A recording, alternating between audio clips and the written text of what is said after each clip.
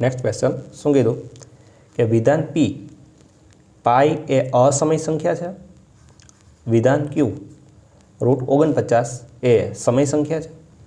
હવે આપણને ખ્યાલ છે કે પાઈની કિંમત છે એ 3.14 15 92 65 35 89 એવી રીતે અનંત સુધી ચાલ્યા કરે છે, ક્યાંય ખતમ થતી નથી, બરાબર છે।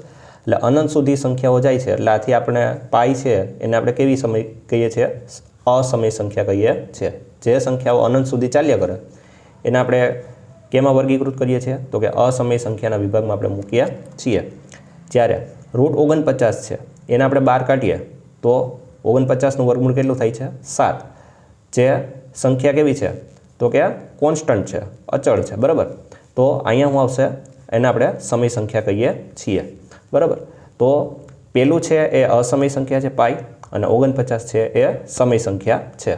તો અહીંયા જે વિધાન આપેલા છે એ બંને સાચા જ છે કે પાઈ એ અસમય સંખ્યા છે અને 49 છે એ સમય સંખ્યા છે। બંને વિધાનો કેવા છે? સાચા જ છે। આથી આપણો આન્સર આવશે વિધાન પી અને ક્યુ બંને કેવા છે? સાચા વિધાનો છે। ક્લિયર?